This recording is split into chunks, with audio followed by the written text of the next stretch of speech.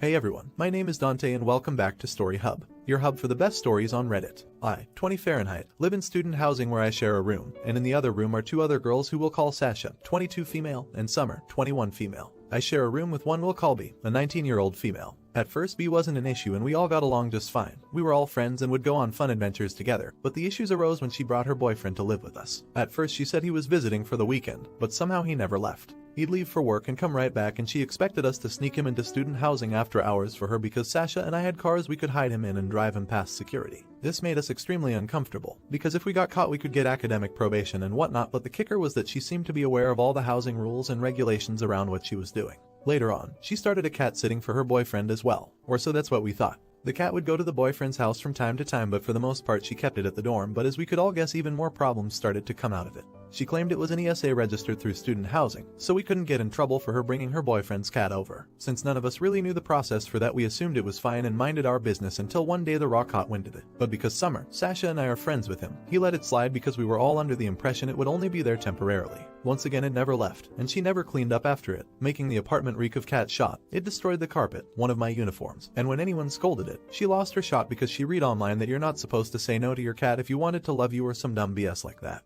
Anyway, naturally we were all tired of her shot, so Summer asked the Raw for advice, where we found out there was no way this cat was documented through housing, meaning she broke the lease and we could get in trouble for the damages and it, let alone being there. He said the cat had to be a minimum of 2 years old, fixed, and up to date with vaccines to be able to stay, which it had none of. We confront her kindly, and she turns it into a soap opera scene with screaming and crying, which has been a pattern throughout all of this. She left messes everywhere, and when we asked her to tidy up after herself and respect others' common room items, she took personal offense to it, etc. Our last straw was when she brought an ant infestation into the dorm because she left basically all of her pantry items open. When we called her to let her know we were tossing it all, she got mad and said she'd be over in a few, which to her I guess a few means 3 hours, when she was literally 20 minutes away at her parents' house. We had a few friends come up and keep us company while we cleaned, and when she got there it was immediate crying and yelling about how we only blamed her because she's the youngest. Quite frankly, we were all sick of her and sick of the fact that she was downright unapproachable, so we set up a mediation with our Raw, which got changed to the community director due to the bias we had by being friends with the Raw. Well, that didn't do justice because she went and had her own meeting where she told a whole sob story and said that we tried to poison her with a raid and that the Raw gave her permission to have the cat, which he didn't, in an attempt to get him in trouble. So, collectively we all decided on petty revenge after she moved back with her parents. We had my mom send a text on Facebook as a concerned parent to both of her strict parents of everything she did wrong and asked them to consider having a talk with her so she could see how dangerous it is to have a strange man living with a bunch of girls far from home with nowhere else to go for safety in the event that he tried to do something.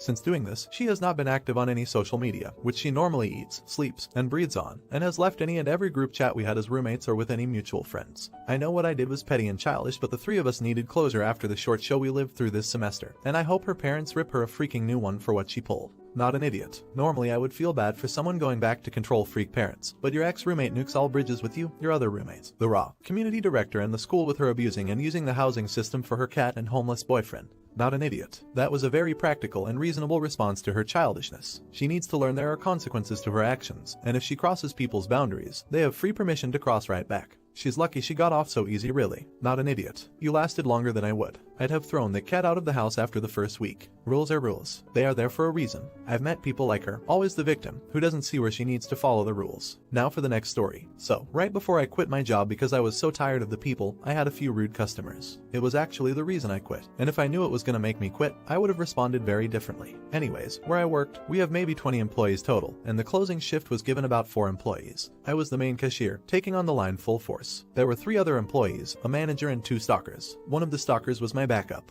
We were getting really close to the end of the night. We closed in about an hour from the time this happened. My backup was extremely busy. During the day, very little was done, so he was trying to get out anything and everything to make sure the shelves were properly stocked. I was in the flow and finally looked up to see my line was about 15 people long. I'm supposed to call for backup after 3 people, so I call and tell some people to head over to another register. This is when time slows down for me. My backup took about 5 minutes to get to the register. It felt like 15. Probably because my customer had just handed me a handful of change, around $7 worth. I started counting it. She helped a bit, and I was totally ignoring everyone except for this lady when I heard, "Is someone coming over or what?" It was an older lady. I responded with, "Yes, someone is coming. He's busy, please give him a moment." I called for backup again and continued counting. A few seconds later, a man goes, "Well, she's waiting for you to answer her." I responded with, "Well, sir, I already responded to her. Someone's coming." I finished counting the change, and my backup and I cleared the line pretty fast. But when it got to the man who told me the lady was waiting, he decided to be not so kind. I began ringing him out, and the first thing he said to me was, "So, what's wrong with you people?"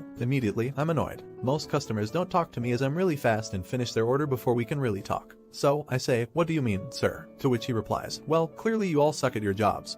And you don't have nearly enough employees. What's wrong with this place? When are you going to get your act together?" I replied with, "I'm sorry, sir, I don't know what you're trying to say. It's late, and we're extremely busy." My backup was clearly very busy and couldn't get up here immediately. "Here's your receipt, have a wonderful evening." And I smiled at him. If I knew it was my last day, I would have told him that if he felt that way, he could take his sorry ass out of the store and never shop with us again. Not an idiot. I was working one day, and the other cashier had gone to lunch. It was the weekend, so no managers were working. I got a bit of a line but was going as fast as I could. One man asked if I could open another register. I said well I could, but I can still only run one at a time. Surprisingly, he shut up. Not an idiot. Whenever I'm in line and hear people complain about things like this, I make a point to loudly point out that it's not the worker's fault that the line is long or that they're understaffed. There's always people that just want to be an ass. Now for the next story. So, a while back, I worked for a country club and occasionally we would have a tournament game where people would come play a few holes at night. We also had other activities as well. Not only was it fun, but due to the abnormal hours, the tips were usually above average, so I tried to work these events when they came up. Another plus side was if you worked this party, you automatically got to come in later,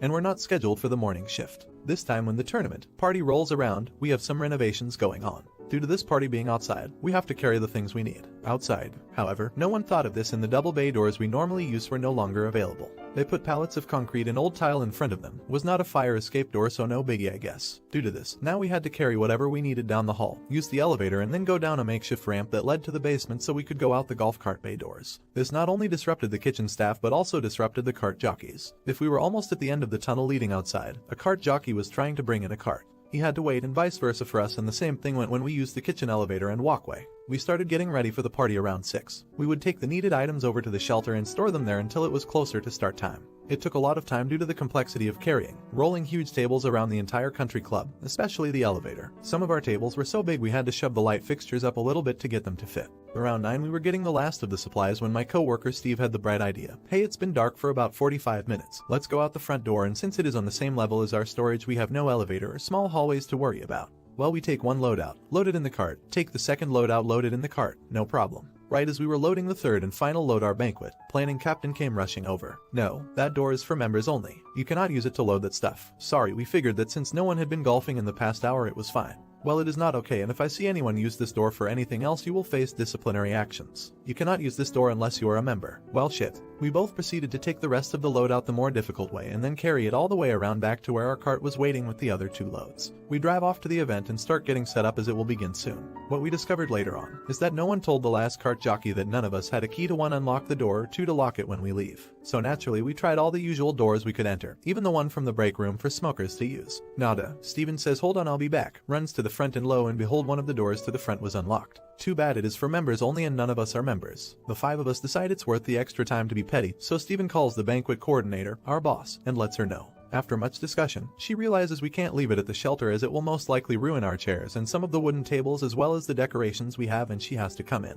By the time that we are finished, it is almost 4:30. It was a lot faster with no kitchen personnel or cart jockeys, but still took a while, especially with the added time it took her to get there. Well, guess who showed up at 4:30? Our general manager. He used the front door that we found was unlocked. He saw our boss and asked why she was here so early, to which she replied we were locked out so she had to come let us in. Then he asked her why we didn't just use the front doors since they were wide enough and unlockable from the inside, unlike the cart doors. This brought a hellstorm of rage upon the 5 of us. She came speed walking in her heels looking like she wanted to turn us to stone like Medusa. 5 of y'all and none of y'all tried the freaking front door. Really? Why the hell did no one check the bloody front doors before calling me? At this point, I was like, "Ah, shot out of nowhere, here comes Steven with you said we couldn't use that door or we would face disciplinary actions. If looks could kill, Steven would be dead." She glared at him, then her eyes glazed over. She turned around and went to go get ready for her shift. There was never another word about it, but we all laughed about it for a few weeks. By the next time we had an event outside, the construction, restorations were complete, so we just used our normal doors to go out. Not an idiot. I'm reminded of my professor who showed the class a photo she'd taken of a sign at a resort that read members and non-members only. Given she taught discrete mathematics, she got a chuckle out of that. If that sign was a mistake, it was not an easily correctable one as they'd carved it into marble. Not an idiot. Funny story, but just so the building rules don't seem insane. Even the most careful people moving things in and out bang up an entrance, so it is common for there to be a rule against using the public entrances for moving even when no one is around.